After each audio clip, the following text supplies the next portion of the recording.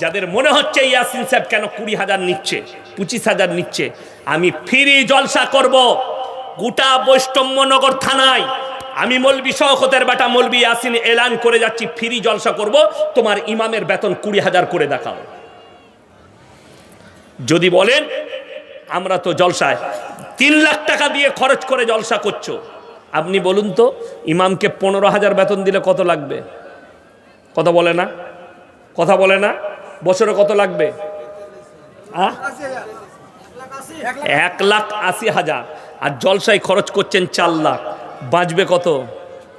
2,20,000 বেঁচে যাবে। ইমামকে 15,000 বেতন দিতে পারেননি, 20,000 করে বেতন দেন, আমি ইয়াসিন ফ্রি জলসা করব। তার মানে আমি আর জলসাই করবো না, আমি তো এসে এখানে ইমামতি করবো 20,000। কথাটা বুঝতে পারেননি?